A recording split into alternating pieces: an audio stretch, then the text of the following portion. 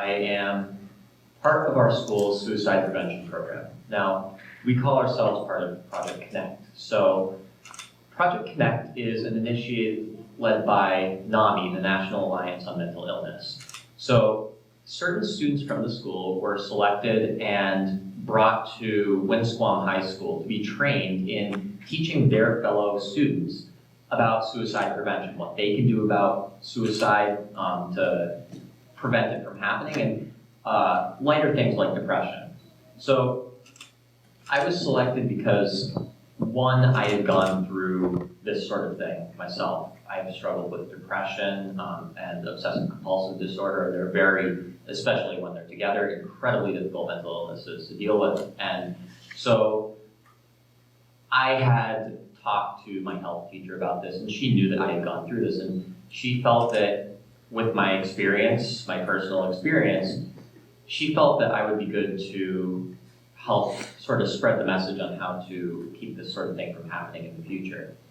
It was me and I think 4 other students, and this was 4 years ago. So we are still, every year, twice a year, we go into our classes, our high school's health classes, and we discuss things like suicide prevention, what depression is, and stigma, and I'll get to all those. But the second reason I was selected was because of another type of experience. I had the summer prior, before I even got into my freshman year of high school, or rather actually sophomore year, excuse me, I had run into a post on Instagram where a girl said that at the end of the week she was planning to end her life. And so I saw this, and she had also mentioned she had made attempts in the past too, so it seemed pretty credible. So I couldn't just look at this and say, whatever, there's nothing I can do. I had to do something. I felt obligated to, and I'm glad I did, because I ended up tracking down the town that she lived in. She was all the way in Texas, and I contacted her school's guidance department and their local police department, and the threats she had made online ended up being credible. And after that, she was voluntarily committed to a suicidality rehab facility.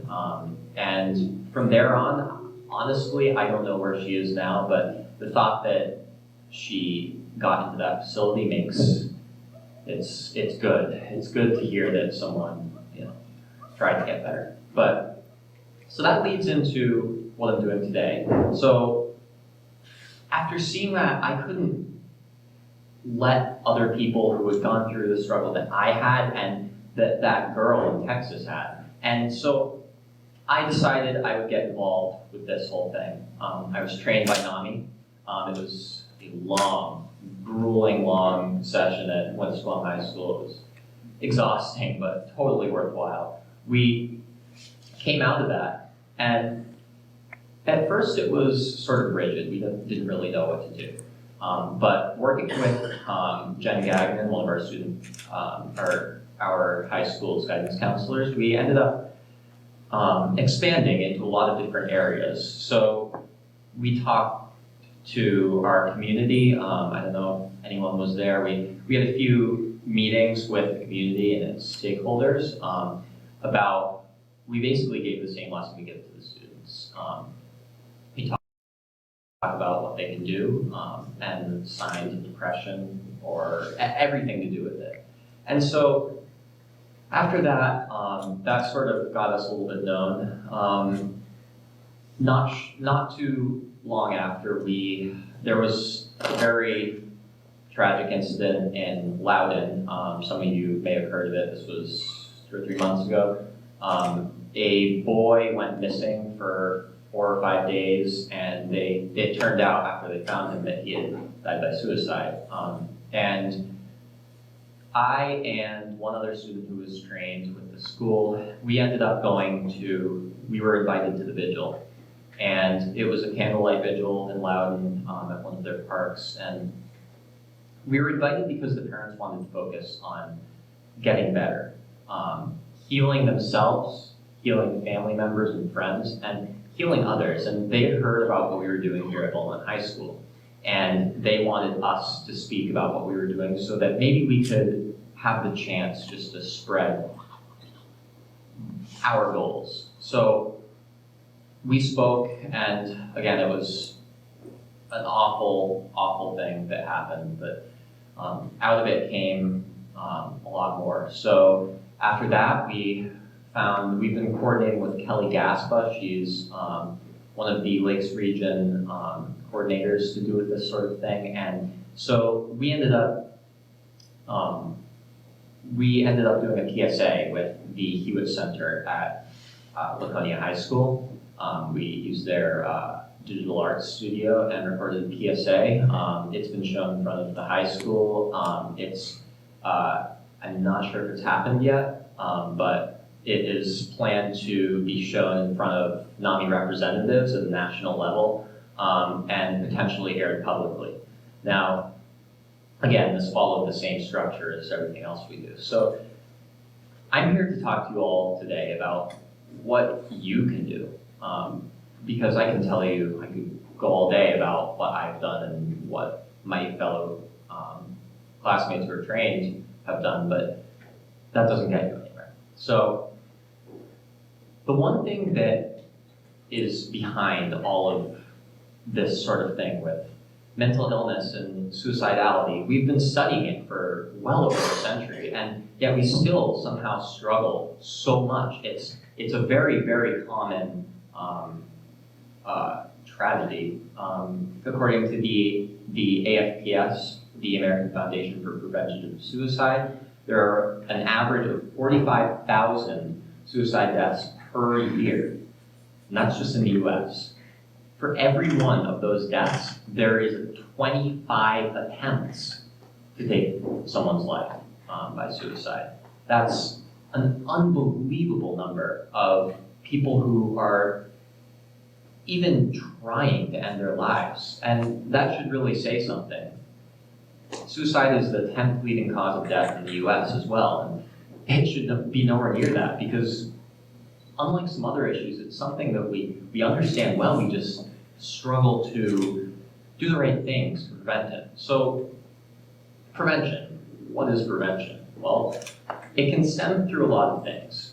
You can prevent the action of suicide, you can prevent the emotions that lead up to suicide, and we focus on both. So suicide is often, almost always, upwards of 90% of the time, the result of struggles with mental illness. So, for example, depression. Depression is by far the most common mental illness that can lead to suicide. So depression is well understood by scientists, but not well understood by the public. Depression is a feeling that you can't escape, a feeling of nothingness. And I know that's incredibly vague, but if anyone here has read 1984 by George Orwell, you might know, and our organizer here does not like 1984, I'm sorry for that, but I love it. But George Orwell describes a concept called doublethink. Doublethink is the idea that one can hold in their mind two ideas that are contradictory, but at the same time cancel each other out. So these contradictory beliefs, one might be completely aware of both of them, but not care that they're contradictory. They sort of push out the cognitive dissonance caused by that. So doublethink is a beautiful, poetic thing, but it is by far one of the worst ideologies that one can succumb to. And doublethink is so much more than something that's just in a book. It's something very real. So an example of doublethink would be, for example, fighting for peace, although that's more of an action. So depression is like doublethink. Depression is the feeling that there is happiness out there, but at the same time, there is no happiness. It's the feeling that there is a way out of that depression, but at the same time, there is no way out. So through that sort of idea, people feel trapped, and that's what leads to suicide. When worse comes to worse, people feel there's no other way out. So what is causing people to go to such an extreme? Why can't these people get help? And I can speak to this as I've been through the whole thing. And depression is very difficult to understand from the outside, as I've said before. Depression is scary to a lot of people because they don't understand what it is. So education about what depression is the first step in preventing more suicides. Now, that's not all that we can do, and it's only a small amount of what can be done. So the sort of giant to overcome in suicide prevention is what's called stigma. Now, most of you probably know what stigma is, but if you don't, I'll explain it anyways. Stigma is it's a collection of negative perceptions toward generally mental illnesses. It's made up of false beliefs, of negative perceptions. It can be many things, but stigma is very often generalized as something that just leads to a misunderstanding or a fear of sort of interacting with people with that mental illness. So where does stigma come from? Well, stigma can come from a lot of things. It could be a complete lack of understanding, just a lack of education. It could be a fear that, for example, if you talk to your friend about suicide, or if you do something to prevent a depressed friend from committing suicide, that they might be angry at you for foiling their plans. And this is a valid concern. Stigma isn't all irrational, but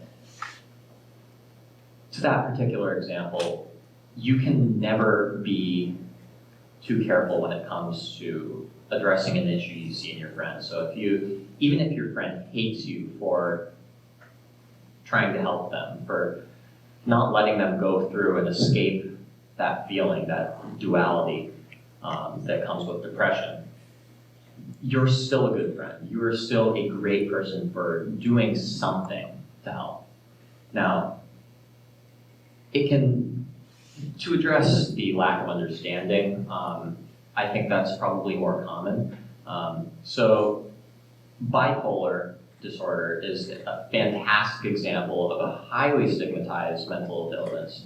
So in the high school, I've run into so many people, and I've heard them say it so many times, where they something along the lines of, well, my mother is always angry, but then the next second she's just happy, and oh my God, she is so bipolar.